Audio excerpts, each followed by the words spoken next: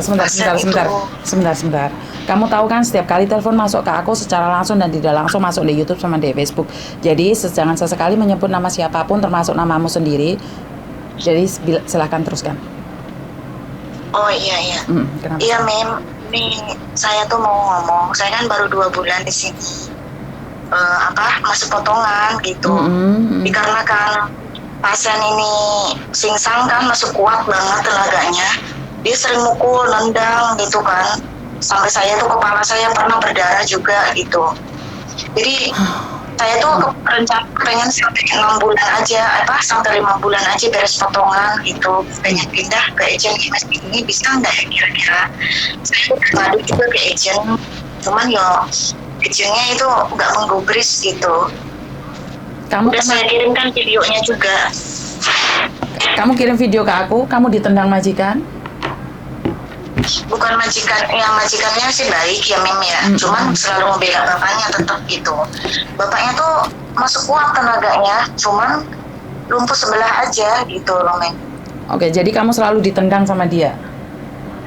Ditendang kalau lagi mempesin itu, ditendang sampai ke rahang muka, terus jidat sampai berdarah. Pernah juga karena tangannya juga kan itu bekerja juga, dia tangan kanannya itu bisa ngerus, bisa nampar, bisa nunjuk kayak gitu. Dan apa tanggapan agent kamu sayang? Katanya pasien seperti itu tidak bisa dilaporkan gitu. Bukan tidak perlu bukan dilaporkan atau tidaknya, tapi reaksi mereka atau ngasih tahu mereka, karena gini loh, saya tahu orang sakit itu emosinya tidak terkendali, tapi terus siapa yang akan menjaga dia kalau dia nendangin kamu sayang? Iya, saya gimana mau ngurusinnya Mem? Betul. Saya susah ngurusinnya, di pempes aja dia berontak. Dia ini aja kan dia berontak. Saya mau ngurusnya gimana kan susah. Betul. Saya ini saya bertahan ini karena sepotongan. Saya itu bukan nggak bisa kerja Mem. Saya udah pengalaman jaga lansia lumpuh. Cuman yang ini doang ini berontak gitu. Mau BAB berontak, mau digantiin pempes berontak, semua mau itu berontak dianya. Depresi kayak orang depresi atau apa sih nggak ngerti. Saya ngadu ke agent, kata agent ya udah daripada kamu itu tersiksa dipukulin aja, mending pulang Indo aja, katanya balik lagi ke PT. Ya itu bukan solusi terbaik, aku tuh nggak mau pulang Indo, saya belum ini gitu. Ya minimal kasih tahu majikan boleh nggak kalau ditali gitu kan. Nah majikannya itu kalau saya tali itu seperti raut mukanya itu seperti nggak enak gitu loh, nggak suka gitu.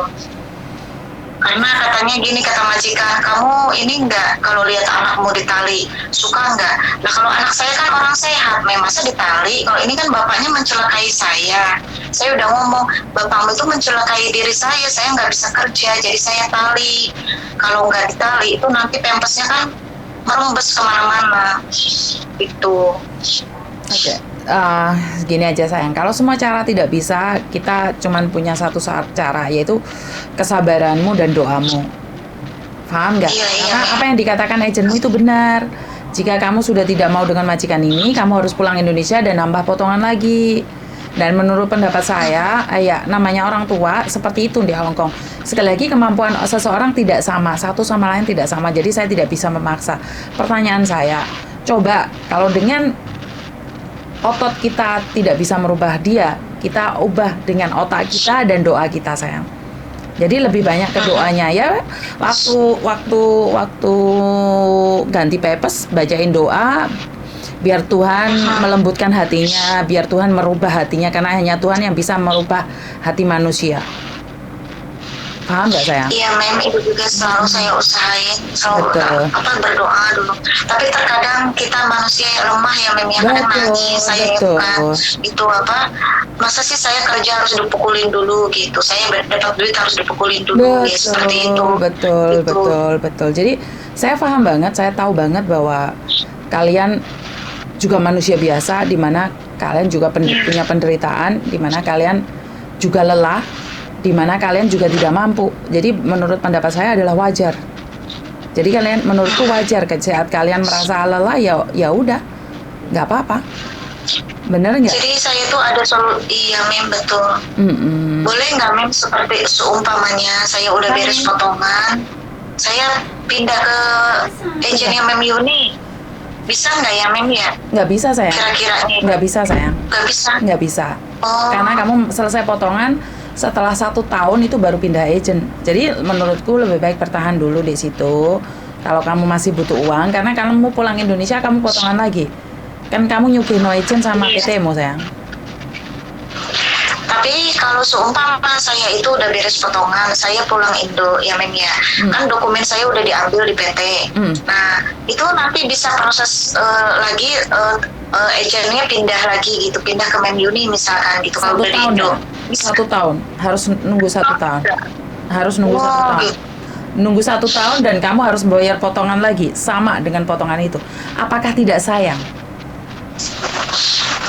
Apakah tidak sayang? Kalau pikir-pikir ya sayang. Tapi kadang saya pikirnya saya juga menyayangi badan saya gitu ya. Makanya saya sampai memar-memar tangan saya gitu kan. Jadi saya tuh mikirnya begitu.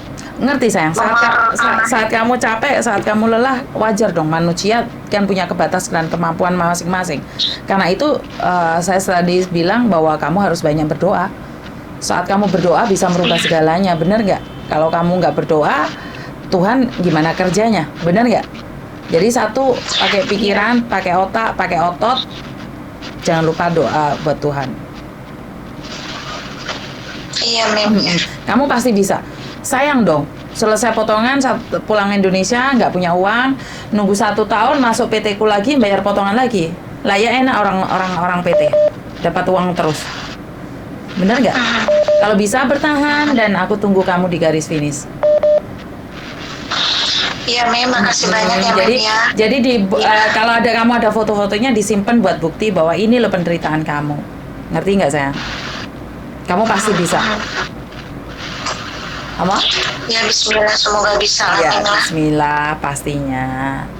Ada yang lain lagi? Tapi ya saya tuh ada videonya juga Mem ya. Cuman ya khusus untuk dilihat Mem Yuni aja, jangan sampai ke yang lain. Betul, silakan kirimin ke aku, tak lihat aja sendiri. Iya Mem, makasih banyak ya. Oke, bye-bye. Oke, buat mbak-mbaknya di luar sana, saya kurang tahu bagaimana keadaan pasien ini, karena sekali lagi kalau orang suka mukul itu mungkin karena dia depresi, karena dia sendiri tidak ingin sakit. Siapa sih yang ingin sakit, tergeletak di ranjang, terus digantiin pampers, kencing digantiin, terus makan disuapin? Siapa sih? Secara wajar tidak ada orang yang ingin menderita sampai batas itu. Jadi kita ya harus memahamin dia. Dan sekali lagi itu tergantung dari majikanmu juga. Kalau majikanmu tidak memahamimu, ya sulit juga untuk kamu bergerak lebih baik lagi. Jadi ini adalah kesinambungan antara majikan dan cecenya dan si pasien. Karena pasiennya emosian, menurut saya adalah wajar karena orang sakit. Tapi kalau orang sakit jahat banget, terus siapa yang membantu dia? Sebenarnya sebagai anaknya harus memberikan pemahaman pada orang tuanya bahwa kalau kamu jahat-jahat, ganti 10 pembantu pun nggak ada yang kuat.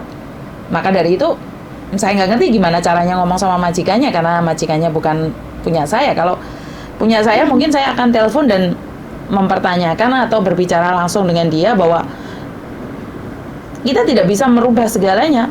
Kalau kamu punya uang ya nggak apa-apa, interminit aja jajannya, ganti lagi, besok sebulan kerja ganti lagi. Majikan maha benar, nggak ada masalah. Cuman kan yang efek paling berat adalah pada cecenya. Kalau pada cecenya efek paling berat adalah saat dia di intermini, dia harus pulang Indonesia. Nah ini yang membuat dia semakin kacau. Sementara kalau pulang Indonesia harus potongan dan potongan lagi. Uang siapa yang pakai? Dia sendiri nggak dapat apa-apa. Jadi sekali lagi buat mbak-mbaknya di luar sana, lebih bertahan, karena kalau kita tidak kuat bertahan maka kita semakin lemah dan semakin tidak berdaya. Dan kesempatan itu akan diambil oleh orang-orang atau calo-calo di luar sana. Kita akan roboh.